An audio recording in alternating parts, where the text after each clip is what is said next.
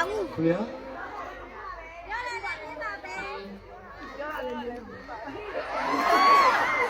ကျွန်တော်ပြောအောင်ပဲ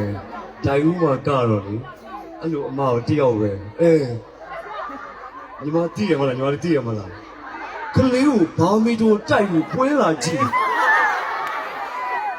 ကျစအမအဲ့လိုလုံးလာလားအဲ့လိုလုံးလာလားအဲ့လိုလုံးလာဆိုလည်းကလေးတော့ပြန်ခေါ်လိုက်ပြီးတော့မှလာပြန်ကြည့်ဟိုကျွန်တော်ကအမှုတွဲနဲ့ပါလို့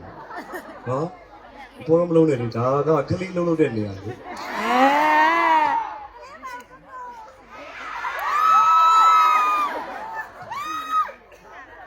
ကလေးလေးလုံးလို့မရငါတယောက်တည်းကိုဘာဖြစ်နေလဲမသိဘူးဒီလိုဘာဖြစ်ချွတ်ချွတ်ဒီတဲ့နေ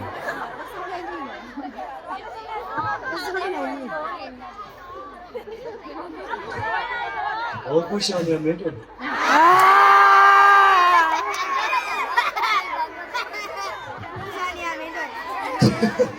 စကားကိုပြောရစီကိုခဏလေးကကျေးဇူးများတင်ပါတယ်ကျွန်တော်